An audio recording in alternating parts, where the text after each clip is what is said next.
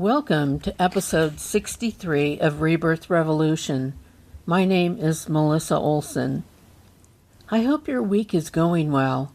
I hope you are getting some breaks that we have all desperately needed. It's an interesting time in that we are slowly getting weaned off the drug of trauma. It's only when things start to lighten up that you realize how much of your attention has been devoted to the endless cycle of news and outrage. We now have the time to get back to our lives, which are still unrecognizable from the pandemic. We are still not on the same page with the pandemic. There are those who are making the necessary alterations to their lives and those who reject that notion. At some point, it will become crystal clear that we have to get on the same page, and we will all have to sacrifice for the greater good. As we move forward in a different direction, with the power now behind a different set of people, we are left with the question of how we come back together. Not that we were ever really together to begin with, but we did have more ideas, values, and truths that we shared than we do today. We have one set of people who are hungry for change and another set that have been terrified about what that change could look like. They have been convinced that the new leaders want to destroy them. That has to be a terrifying headspace to inhabit. But you can't talk them out of it because they're in the clutches of brilliant media experts who know every twist and turn needed to keep them locked in that space of fear. They have also been convinced that this is the only view of the news that is the truth. Maybe you can't reach people with facts. Maybe what is really needed is the very real action of listening to their fears and effecting material changes that will make their lives better. You can't tell someone you aren't their enemy. You need to show them that you have their backs. I like that the gathering of experts in this administration looks more like the real world. Rich, old, white men have always had the power over others, though they did not share the same experiences of those they held power over. It is refreshing to see a more diverse group who will help shape the actions to come. The fact that the people chosen are deeply competent in the subjects they are representing is indeed refreshing. The listening may be the most crucial part of moving forward.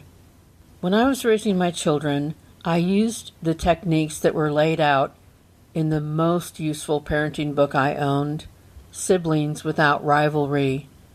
This book was written by Adele Faber and Elaine Maslick in 1987. Beyond explaining the dynamics of sibling rivalry, it contained exercises that you could do with warring siblings that were both simple and transformative. After some sort of disagreement began, you could sit the two children down and each would have the time they needed to tell their side of the story, the most important part of the exercise being that they could not be interrupted. The discipline of listening without immediately disputing the other person's version of the story took a little time, but they could get it. And the magical part of the process was that you could watch these two little people, all jacked up with rage and indignation, soften, slow down, listen, and release all of the anger they had at the beginning of the exercise. It's amazing to see how much a person is transformed just by having their say without fear of being shouted down or denied the right to their own feelings. Everyone just wants to be heard. It feels like those who are the angriest right now are not enraged exclusively about political policies. They are enraged about being marginalized and ignored. They're angry about the solutions that others implement, not changing their lives for the better. They're angry about others telling them that they are idiots. The surveys that are done about the social issues that we think divide us reveal that we're in agreement about many more things than we think. Acknowledging those agreements may help us understand that there is common ground. Those who would like to control us have come up with buzzwords that are meant to divide, but usually the people who parrot those buzzwords, when asked, do not even know what they mean. They just know they mean something bad, the words are evil and must be stopped. Stripping out the buzzwords and getting down to what lies underneath may be a path to agreement. An example of that would be the buzzwords of defund the police. You may ask what a person believes that means, then truly listen. You may suggest that the true concept is to find solutions that fit the different scenarios better than sending in someone with a gun to solve each and every problem. You could explain that it really means redirecting the money we spend so that it allows mental health professionals to deal with mental health issues instead of making it the problem of the police. It means being able to count on people who are heavily trained in the area that you need help with. And it means still having police with guns who will respond to the calls where that is appropriate. To let them have their complete say on what the fear is that makes this buzzword so frightening to them will be necessary before we can be receptive to reimagining the challenge.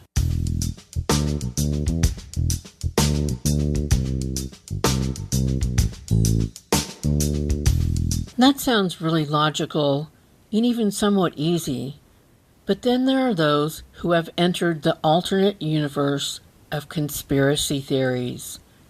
That is a whole different kettle of worms.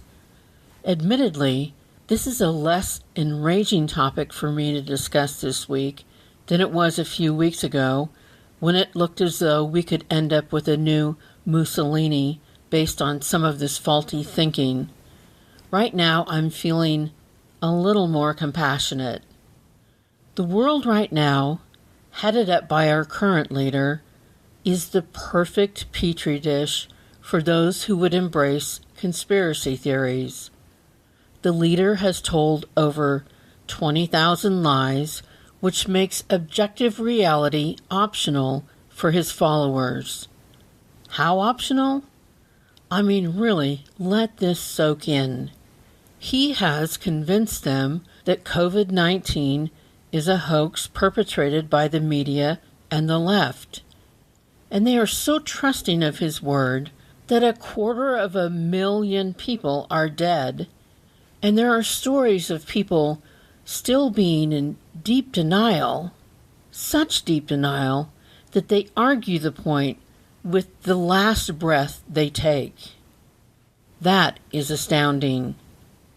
Before you came to this school, you decided when you planned to depart. But since there is free will in this school, you are not assured that exit date.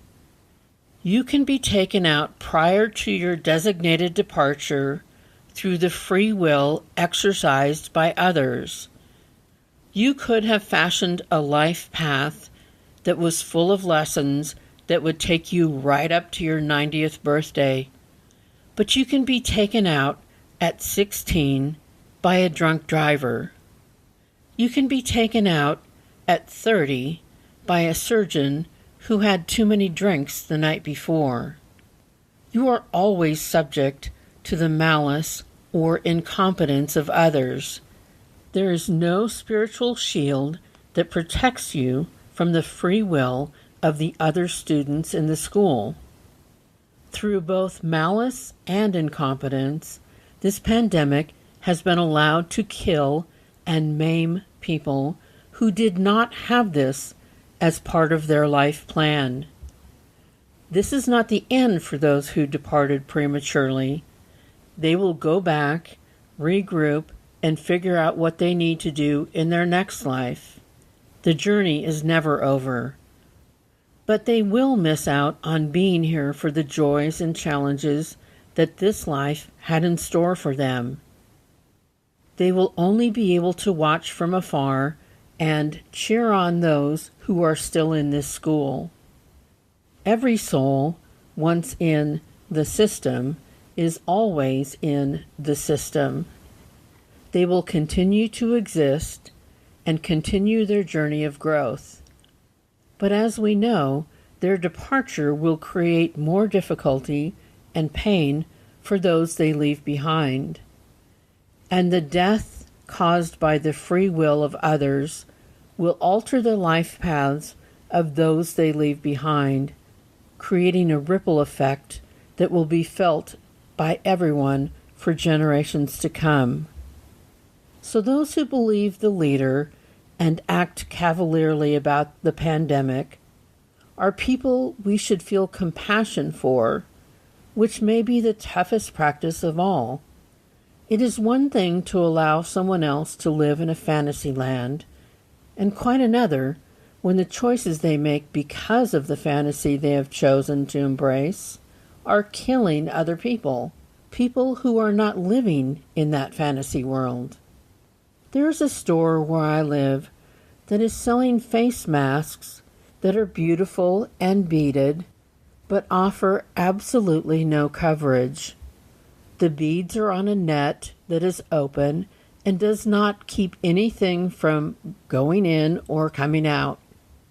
A person from the store bragged about how funny it was when the mask police realized that the mask they were viewing did nothing to protect themselves or others. I know, we're all used to this sort of stupid talk. But the irony of all ironies is that the store that is promoting and selling these non-masks is a store that sells uniforms. They make their living selling uniforms to the frontline people who are the most endangered by irresponsible behavior. This week, the Mayo Clinic announced that over 900 of their workers have been diagnosed with COVID-19 in the past 2 weeks. North Dakota has the highest mortality rate in the world. It didn't have to go down like this. Okay, so back to compassion. Yeah, that's rough. In this perfect petri dish for conspiracy theorists, there is another powerful element. There are social media companies that are making a massive amount of money through spreading these nonsense theories. Facebook is the worst. They use their algorithms to seek out the weak of mind and provide all the dots for them to connect that will allow them to think these thoughts are real. These platforms are shaping the thoughts of those who have a hard time thinking for themselves. They have convinced people that every crazy opinion they see is of equal or greater value than any verifiable truth. Before we entered a post-truth world, one would have to go to school and study a subject before they would dare offer an insight. Now any numbskull can post a thought that others will gladly accept over the informed opinions of those who have done the actual work. Now your Uncle Hank knows more about viruses than those who have studied them their entire careers. Uncle Hank knows more than the scientists who have done the hard work. While that is a major coup for Uncle Hank, a move that feels super empowering to him, it is killing people who listen to Uncle Hank. And it is killing people who know that Uncle Hank is a numbskull.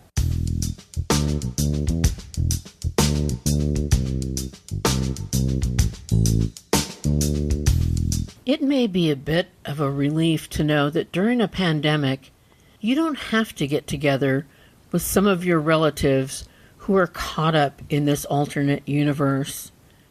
You really need to protect yourself physically, mentally, and emotionally from those in your clan who are caught up in this insanity.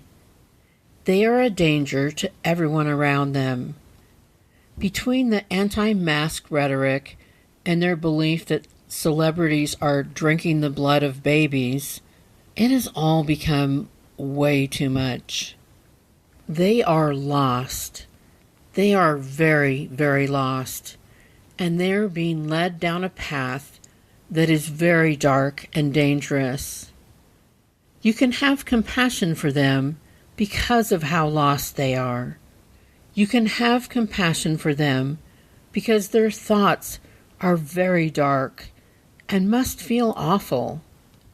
You can have compassion for them because they cannot comprehend how others are profiting from this journey they are being taken on.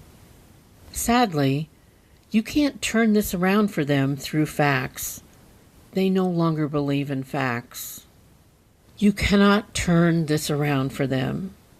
This is the journey they are on. They have to decide to get off that road for themselves, and when they do, they will look for an exit. Every exit you offer to them before they make that decision will be ignored and will only serve to anger them. They are all in on this stuff. It is a powerful lesson that they are in the process of learning.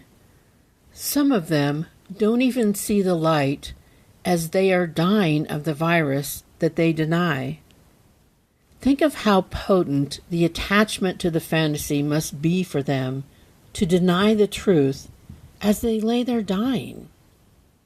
You cannot save them from their lesson, and that hurts. These mind viruses have not only killed and maimed people, they have done irreparable harm to the connections we have with one another. That is tragic. But Mark Zuckerberg is still making money off of this tragedy. So there you have it. He is in the depths of a lesson that he has to learn, and we are all living out his karma. Feeling love and compassion for yourself and others is always the goal, but that goal does not mean you have to be in the same room or even on the phone with those you hold in love and compassion. To entertain this insanity and coddle them is not going to help them see that this line of thinking is destructive to their own lives, in addition to it being destructive to others. Part of the lesson they are learning is that their choices have consequences. They are learning that they are accountable for their choices. Your job is to keep yourself safe, both in body and spirit, from the viruses, both physical and mental. Your job is to have enough respect for the game that you know that your path will not include the spreading of either COVID or dangerous, insane mind viruses to others. Have enough love and compassion to allow others the lessons they need to learn. Have enough love and compassion for yourself to know that your lesson may be one of letting go of those whose lessons endanger you. We'll all have a good laugh about it when we leave this school and look back on everything. But for now, it is deadly serious. Your path forward, the one that will move you to higher levels, is to continue to choose to stay in the light.